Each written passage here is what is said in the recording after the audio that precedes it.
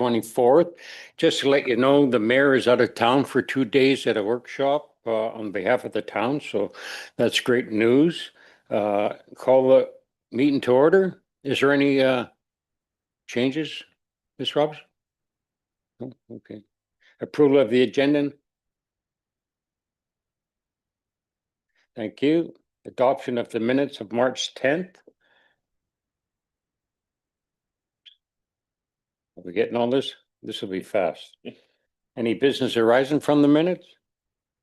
We're all happy. Okay, we got a delegation today from the Regional District Okanagan-Similkameen Solid Waste Management Plan. There's 4 people in the audience, so whoever would like to come up, please do. State your name. Good morning. Yeah. Good. Yeah. Okay. Good morning. Thank you so much for having us this morning. We appreciate your time and consideration of the draft solid waste management plan. My name is Alan Fillion. I'm the Managing Director of Development and Infrastructure Services with the RDOS. With me this morning, I have Lauren Kwan, who is with Tetra Tech, the consultant working on the solid waste management plan for the RDOS. And then there's also Joni Reimer and Venus Atienza, who are both fabulous members of our RDOS team. So the draft solid waste management plan really is a 10-year strategy that looks to reduce waste, improve diversion, and strengthen sustainability of solid waste services for the entire region. As part of the consultation right now, we've been going and making presentations to all the member municipalities of the RDOS, as well as our First Nation partners. And then we're also hosting a series of public engagement events, including this Thursday night, 6 o'clock at the Sonora Center. So we would love to have any of you out if you're able to attend and hear what the public has to think about the draft solid waste management plan. So again, thank you for the time this morning. With that, I'm going to turn it over to Lauren and she'll walk us through a presentation.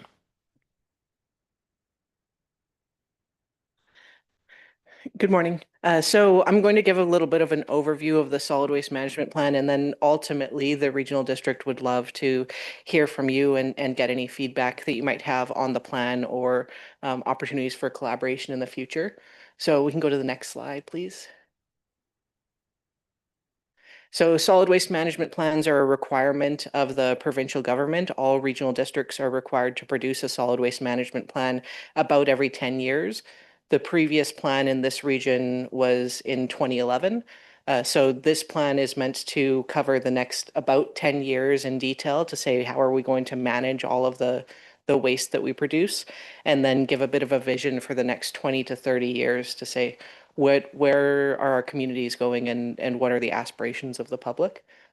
So the goal of a solid waste management plan is to guide decisions that are made by both the regional district and municipalities in terms of investments and programs, services that you might be offering to the public. And so a big part of this is making sure that the public is on board with what's in the plan and making sure that municipalities are comfortable with everything that's being identified in the plan in the future.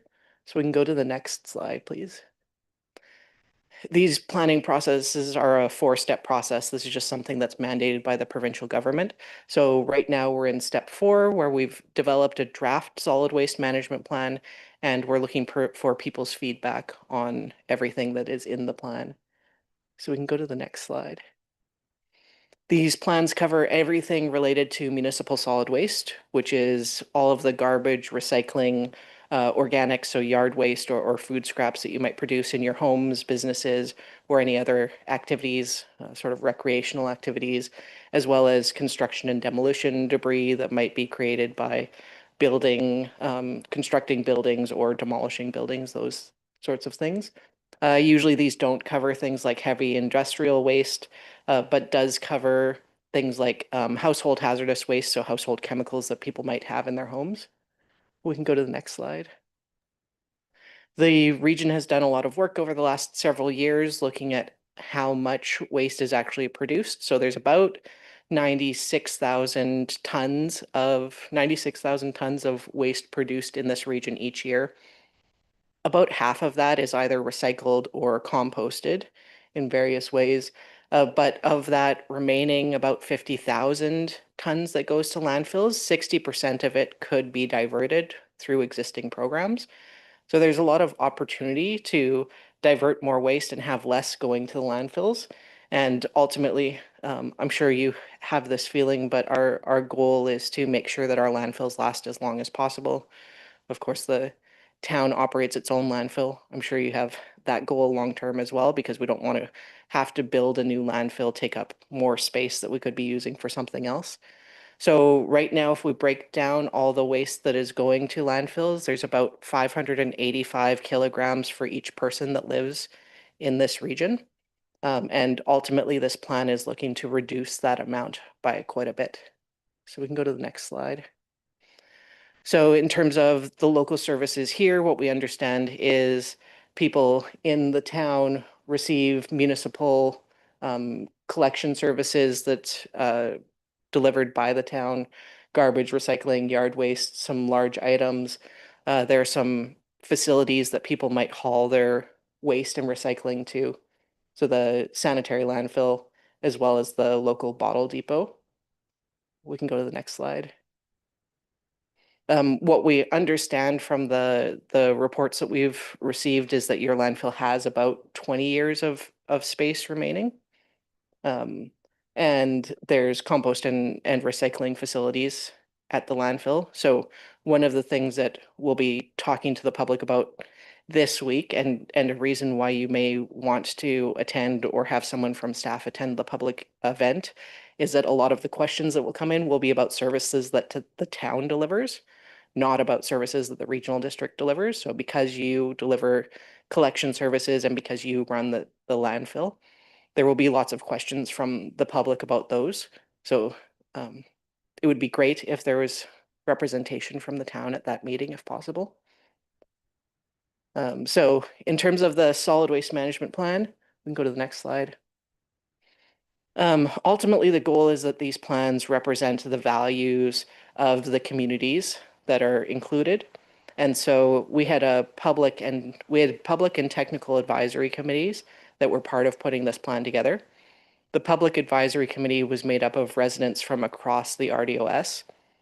The technical advisory committee was made up of both private sector and public sector representatives. All of the municipalities were invited to have a representative sit on that technical advisory committee. And so those committees are the ones that came up with these guiding principles. So there are three main categories of these guiding principles. The first is, for the first two principles, are really talking about waste prevention and zero waste. So reducing waste as much as possible and sending the least amount to the landfill we can. The next two are polluter pay and cost optimization. So really talking about making sure the correct people are paying for the waste. So the people who produce the most waste are paying for that and not everyone sort of subsidizing them. And cost optimization, looking at all of the services and facilities that exist within the region and seeing whether there are opportunities to change operations or change what facilities are doing what, to make sure that we're using taxpayers' dollars as responsibly as possible. And then there was a lot of interest within the advisory committees on increasing collaboration, both between municipalities and the regional district, but also between a number of the nonprofits that exist in the region who have interest in developing services and potentially helping the public to better understand how to do things like repair their own goods and make sure that that's not going to the landfill. And then resource recovery is the last topic. So making sure that we're using the materials that are in our homes in the best way possible. So if we can do something like repair a good, it's better than sending it to the landfill and having it recycled. We can go to the next slide. There are a number of goals that were developed as part of this plan. The big one is going from 585 kilograms per person being disposed in the landfill to 450 by the end of 10 years. There are a number of other goals that are related to increasing waste diversion, focusing on things like collaboration, and looking at efficiency in the disposal facilities that exist throughout the region. So in order to meet those goals, there were a number of initiatives that were identified. These initiatives were identified by the members of the advisory committees, as well as technical experts and the various public sector staff members that took part in the meetings. So there are a number of different categories for these initiatives. What we thought we would do is just highlight a few that we thought might be of particular interest to the town. And then, of course, you can provide comments to the regional district or make suggestions on anything else that is of interest. So we can go to the next slide. So a big focus of the regional district over the past decade or so has been trying to develop organics processing facilities. So trying to develop a regional composting facility that could take things like food scraps in addition to the yard waste that is collected in most municipalities. So the impact of this might be that the town would have access to this facility if it gets constructed. Currently, the regional district is working to construct this facility next to the Campbell Mountain landfill outside of Penticton. Not 100% sure that that facility is going to be able to go forward. So there are some alternatives that are being worked on, like partnering with private sector facilities that also exist in the region and using them as the actual processing for that material. We can go to the next slide. As we are able to expand that organics collection from just yard waste to also include food waste, there's also an opportunity for municipalities and the regional district to open up the collection services that exist, not just to residences, but also potentially to things like small businesses so that people have more access to divert waste. There was additionally interest from a number of the municipalities to look at construction and demolition debris that is coming out of the construction and demolition sector. So there are a number of bylaw changes that have been identified as potential options that the different municipalities could decide to take on. One of them has been a very successful bylaw that's been adopted in a number of places in British Columbia to promote deconstruction of buildings instead of demolition for structures that were built pre-1950s, which tend to be the structures that have the really valuable old wood that could be reused, you know, very nice doors and fixtures and that kind of thing. So the goal there would be to encourage people to deconstruct buildings instead of sort of bulldozing everything together into one bin and then sending it all to your landfill. Additionally, was interest in mandating waste diversion from construction and demolition sites. So this would look like potentially requiring construction and demolition sites to have more than one bin. Right now, if you are at a construction site, typically everything goes into one big bin and it all goes to your landfill. There could be a requirement to have more than one bin for things like clean wood that then could be used for another purpose. We can go to the next slide. Additionally, there's been a lot of interest in looking at the impact of natural disasters. So disaster debris management plan is a big part of this solid waste management plan. Disaster debris management plan would really be a collaboration between all the municipalities, including yourselves and the regional district, to look at what are all of the services and space and infrastructure that we need in case of a natural disaster to make sure that all of that material that's caused by a flood or by a fire doesn't immediately need to go into landfills and fill them up so that we run out of space. And then finally, there's a push within this plan to look at all of the facilities that exist within the region and try to make a decision on what makes sense to operate long term. So there may be some instances where there are a number of landfills that are very close together. It might not make sense to operate all those landfills simultaneously. Maybe there needs to be a partnership to operate one at a time, which would then allow more sort of economies of scale and make sure that there aren't multiple big pieces of equipment operating at all times so that it would be a little bit less expensive overall to the taxpayers in those areas. So we can go to the next slide. So in all, this plan doesn't have a lot of spending. There's no big capital projects that are proposed. Of course, there is an organics facility that the regional district has been working to develop, and that was part of the previous plan. So there are no additional capital projects. In total, there's about $700,000 of spending over 10 years by the regional district and about one staff member total. On the municipal side, it would really depend on which initiatives the town decided to adopt, but we would anticipate that there is some need for staff time as well as potential that if you wanted to take part in the regional district's regional composting facility, that then you would have some costs related to transferring that material to that facility instead of managing it locally. And then, of course, there are always costs with your continued operation of the Osoyoos landfill and the other facilities that you operate locally. Additionally, what may be of interest and what came specifically from the municipalities that participated in the advisory committees was that there is a need to have access to borrowing in the case that a service provider is not able to continue operating a landfill or collection services. So this was a specific ask from a number of the municipalities to include a provision that allows municipalities or the regional district to borrow up to $8 million total to continue to operate essential services that are related to solid waste. So this would include being able to borrow for operations of your own landfill based on a business case or based on the best value for the public. So we can go to the next slide. So ultimately, what we're here for is to ask for your input to this plan and to ask for your support of the plan before it goes to the provincial government. So it'll go to the province sometime in May, likely. So we'd ask for a resolution or a letter from your council to say that you support the plan. And with that, I believe that's the end. So we're happy to take questions or comments if you have any. Yes, thank you very much. Questions? Thank you, Mayor King.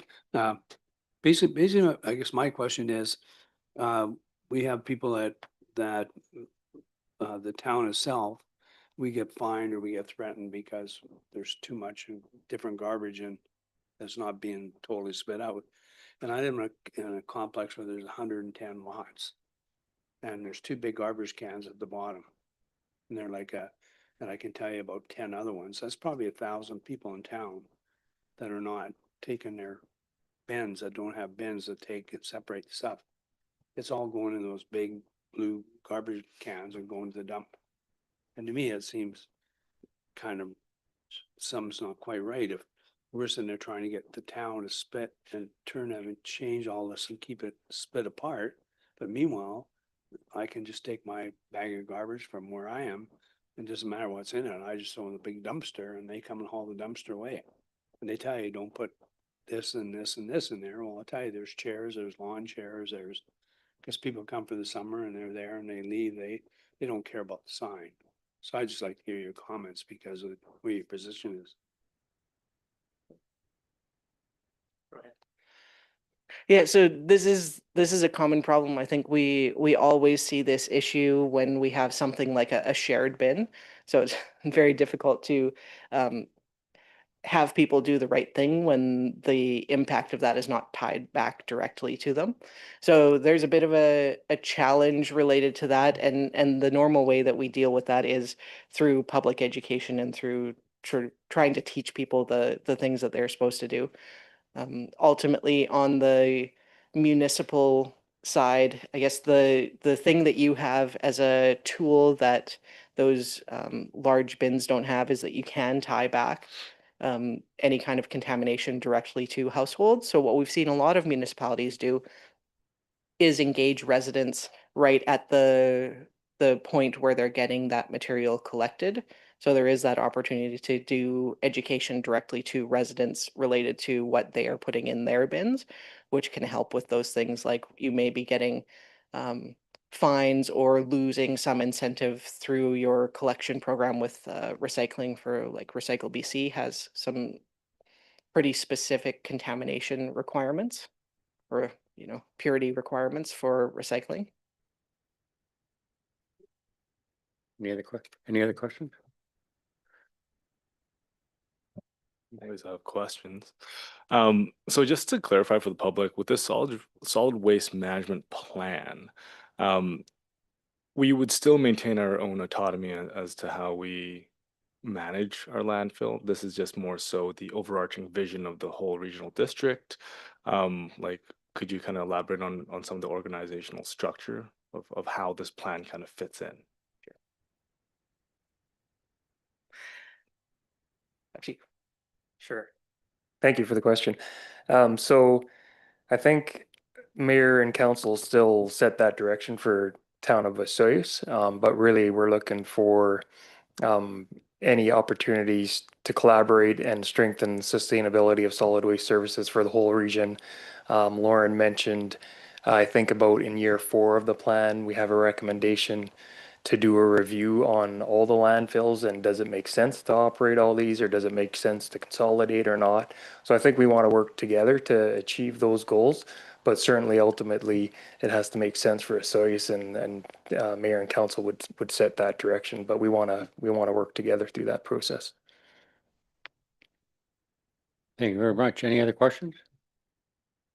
Go ahead. Thank you. There was, I think, one bullet point, kind of a suggestion under compost, to switch to every other week garbage. I don't know if there's more a question or a comment, but at 40-degree weather with compost in a bin, it gets pretty gross pretty quick. So I think for us specifically, if we were to opt into a composting program, I'd like to still maintain that weekly pickup, because I mean, a little anecdote, it took like 4 days for maggots to come crawling out of my garbage can when it was like 38 degrees that 2 weeks last summer, which I feel our residents would find unpalatable. Anything else? Yeah, I can comment, Chair. So certainly other locations in the Okanagan we're moving that direction. That'll move to that bi-weekly. So there'll be an opportunity to see how it's working elsewhere before town of Osoyoos would have to make such a decision. And certainly we're always flexible. If we find that something's not working, we're gonna revisit that. But Lauren can probably comment better than I. But we have found that it has worked well, the bi-weekly in other areas, including some areas where they have higher temperatures, but we'll see how it goes in the Okanagan. Thank you very much. Anything else? Seeing none. Thank you very much for the, Mr. Thank you, Councilman. Just clarifying, we are, I believe, one of 2 municipalities that still in the regional district that still maintain the operation of our own landfill. Is that correct? Summerland does as well, correct. Thank you. Thank you. Well, great presentation. Thanks very much for coming. Do you just want to make a comment again tomorrow night at what time at Sonora Center? Thursday night, 6 o'clock. Well, We'll see you there. Thank you very much. Thank you. Thank you. We appreciate it.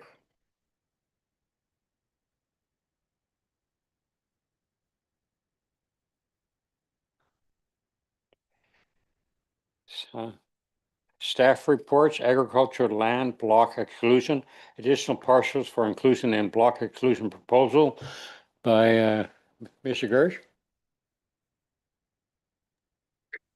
It's just me today. Mr. Garish is right on the side, but I'll be presenting this item. And I've just got a presentation.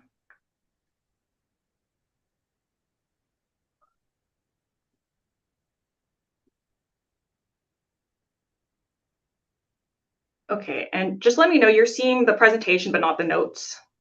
The notes view. Just the presentation. Thanks, Shanna. Perfect. All right, I'll go ahead and get started then. Good morning, everyone. So yes, this item is in relation to the ALR block exclusion proposal that Council had previously initiated. Just given the length of time since we last presented on this item, I wanted to give a quick recap. So According to the town's OCP bylaw, there's approximately 326.7 hectares of ALR lands within the town's boundaries, and this proportionally represents about 14% of the entire land base within the municipality. Also, according to the OCP, 138.24 hectares are designated as agriculture under the bylaw, and this leaves then a majority of the ALR lands within the town as having non-agricultural land use designation. And these lands have historically generally been developed in accordance with their non-agricultural land use designations. So this largely consists of small lot residential developments, but also includes commercial, tourist commercial, and other non-farm uses. So the issue here is that ultimately the ALR status of these lands is not reflective of the town's direction in terms of what intended land uses should be happening on these sites, and can come to a surprise as to both current and future property owners when they're seeking authorizations for development or use of their properties. And this can result then in confusion, challenges, and also delays at the time of town permitting reviews, such as when staff review a building permit application. So then going back to previous council consideration on this, to provide an option to address this, at the December 9th, 2025 Committee of the Whole meeting, staff presented on a proposal to apply to the Agricultural Land Commission for the exclusion of 62 non-agricultural properties from the ALR. Ultimately, council made the decision to initiate an application to the commission for the exclusion of those lands and scheduled a public hearing for April 28th, 2026. Since that time, staff have sent out letters to the owners within the 62 properties, providing notice of that resolution that was made, and provided further information on the associated town project webpage for any interested individuals. So getting on to today's item, further to this, in our day-to-day work, we have identified an additional 7 properties which were unintentionally omitted from the original proposal. And this includes the properties at 5, 6, and 8, 7, 9, 10, and 11 Wren Place, as well as 6806 97th Street. These properties do meet the same criteria that the other 62 parcels had been identified using, specifically that they have non-agricultural land use designations and or appear to have been historically developed to and currently used for non-agricultural purposes. So in this case, these properties are zoned and designated for low density residential use. And of these properties, just one remains undeveloped, and that's at 11 Wren Place. The town has also received a request from the owner of 9425 87th Street to exclude an approximately 0.9 hectare portion of their property from the ALR. Now, unlike the other identified properties, this property is zoned and designated for agricultural use and is understood to have farm classification based on available BC assessment data. So with respect to proposed exclusions from the ALR, there's a number of considerations that should be made. Importantly, the town's OCP bylaw does contain policies with respect to agricultural land and exclusions of land from the ALR. The OCP bylaw supports the ALC's mandate to preserve agricultural land and encourage farming within the ALR, and it also supports the use of lands designated as agriculture for agricultural purposes. Now, while the OCP generally discourages exclusions of land from the ALR, there are certain circumstances where exclusions are supported, namely being where transportation connections are required, and for those parcels in the ALR which are less than 2 acres in size and are being used for non-farm purposes, which were created before the establishment of the ALR. It is also important to consider the site-specific context of the subject properties, and I'll cover those for the identified properties in the next few slides. So as it relates to the 7 properties along Wren Place and 97th Street, similar to the original 62 properties, staff acknowledged that the proposal isn't clearly consistent with either of those 2 criteria for exclusion support under the OCP bylaw. With that being said, we are supportive of their exclusion given that the lands have historically not been used for agricultural purposes and have been developed out in accordance with their low density residential OCP land use designation and are unlikely to be reverted to farmland, particularly given their size. With respect to the proposed exclusion for 9425 87th Street, this property has been described, or a portion of that property has been described as the location of the former KVR rail bed.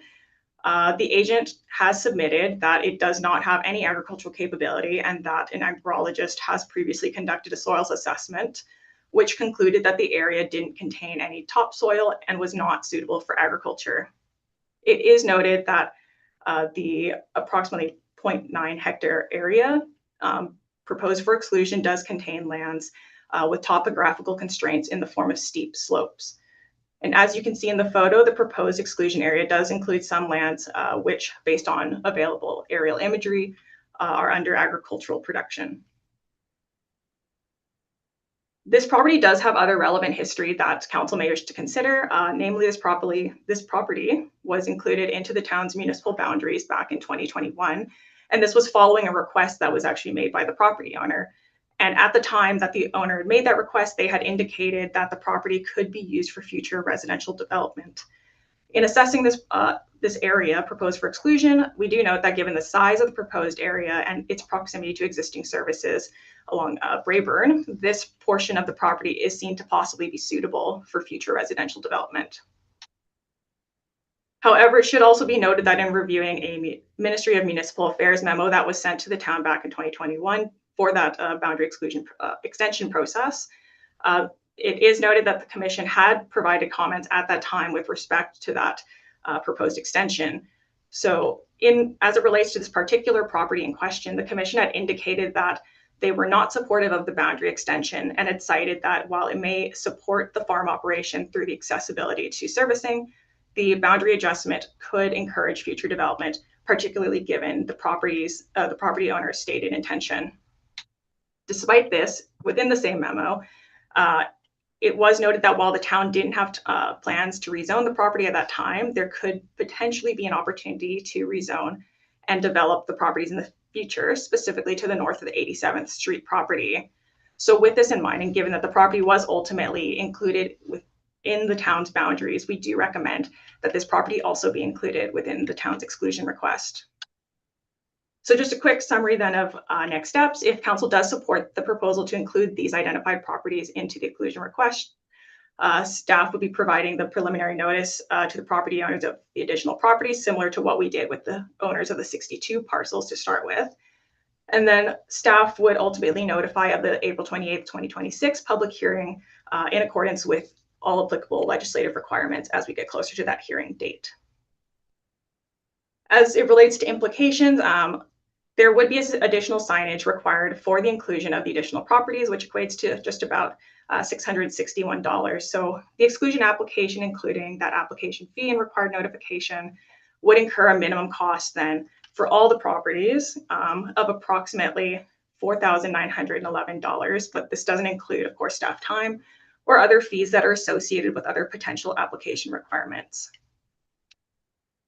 I did also want to flag kind of a general implication. So since the initiation of the project, we have received a number of queries with respect to the implications of a successful exclusion on property taxation. It's our understanding that the primary taxation impacts relate to eligibility for school tax exemptions.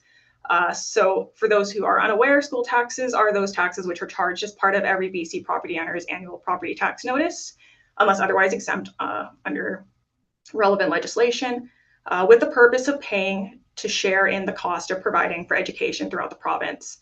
School taxes are collected by municipalities as part of annual property taxes on behalf of the province, and the province is the body which communicates to municipalities the amount to collect. So Section 130 of the School Act provides for specified exemptions from taxation for properties which are classified as a farm, so farm status, and for properties that are within the ALR that are subject to restrictions under the ALC Act and are vacant or unused or are used for a farm or residential purpose. And specifically, 50% of the assessed value of a parcel of land is exempt from school taxes where they meet those prescribed criteria. So in reviewing the original 62 properties identified for the exclusion, it was noted that 8 of those properties currently do receive the exemption and would become ineligible as they do not have farm classification if that exclusion were to be successful with the commission. While basic information on taxation implications is available on the project webpage, we have sent out letters to those who have ownership within the 8 properties to advise them accordingly. And we've directed those individuals to BC Assessment so that they can better understand the specific implications as it relates to their property. And with that, we are now asking for council's direction with respect to the inclusion of these additional properties into the exclusion request. And we are recommending that the properties that we presented on today be included. Thank you. Thank you very much. Any questions? Councillor Bennett? Thank you, Mayor King. Shannon, like Wren Place, is there any other things on their taxation or on their assessment, like going out of the ALR and becoming part of the town? And the other question would be those 8 properties that have farm status, does that change that their farm status? I'm confused. You're saying they are, but it doesn't? So basically on their taxes stuff, when they apply and they're a farm owner, they get special privileges. If we bring them as part of the town, do they stay as part of, they still have that farm status, or they lose that farm status? So for the first question, the properties on Wren Place, as I understand, are residential class, and they currently do not receive an exemption for school taxes. For the second question, those 8 properties that we did identify, they don't have farm status, but they are, according to BC assessment, subject to the ALC Act and are meeting those criteria in terms of property use, so residential. Typically residential is the classification that I think has triggered most of the eligibility for the school tax exemption for those properties. There's actually only one property that I am aware of for all of the properties that we've looked at that has farm classification, and that is the one on 87th Street that I presented on today. Okay, so all the rest of them then basically it's not gonna make a big difference. If they become part of the town, they're not gonna lose anything except for that one on the school board, on the school tax. Yeah, Thank you. to my understanding, it's the school tax exemption is the primary tax implication, and it would be those 8 properties that we're looking at. Potentially the property on 87th as well. However, their farm classification, of course, kind of complicates things a bit. And we have encouraged property owners to reach out to BC Assessment for specific implications to taxation for exclusion, because it varies so much based on the specific circumstances that those properties are in, right? Thank you. Yeah. Sure. Councillor Chung? Thank you. Kind of just reeling it back, how were these properties even built to begin with? And if it's in the ALR, and we know how fickle the ALR are, like rightfully so, I just don't. Do you know like a little bit of the history as to how this even started? So just based on my kind of preliminary research of it, a number of these properties would have been developed for residential purposes prior to the establishment of the ALR. So you may have a number of lots that were subdivided and then single family homes were put on. It's like since like the 50s or 60s, right? And it wasn't until the 70s that the ALR was actually established, and then all the rules came into play.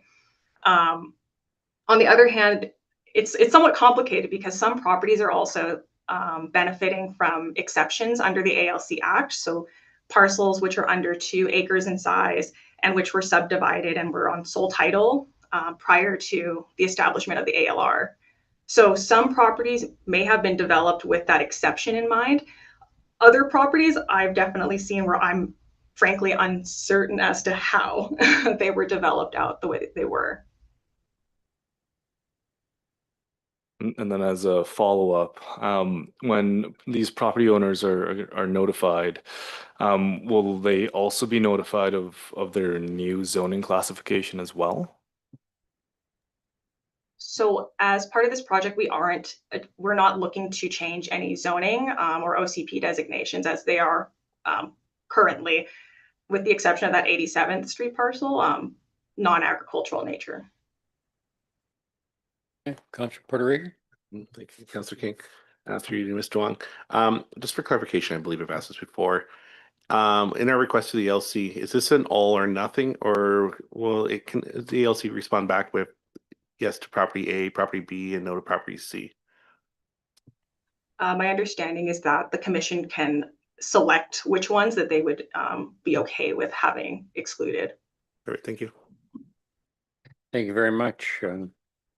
So I guess the question is that the following properties be included as part of an application to Agriculture Land Commission to exclude non-agricultural parcels from the ALR that was initiated by council back on December 9th, 25. Lots 1, 2, 3, 4, 5, 6. District lot 245 OS. Plan KP 28-375 being 5, 6, 8, 7, 9, 10, and 11 Wren Place. Lot 3, District Lot 2450S in Plan KAP 21683 being 6806 97th Street, and approximately 0.9 hectare portion of the property described as Lot 1, District Lot 2450S, Plan EPP 128166 being 9425 87th Street, immediately adjacent to Osoyoos Lake and Braun Place. And that staff gives notice of this revision application in accordance with S29 2A of the Agriculture Land Commission Act and S15 of the Agriculture Land Reserve General Regulation. And that staff gives notice of April 28, 28 public hearing in accordance with the requirements of the Local Government Act. A motion to pass that?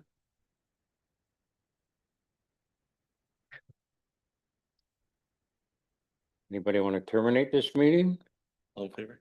All in favor, sorry, first on that motion. Thank you. Terminate. 1, 2, 3, 4. Thank you very much.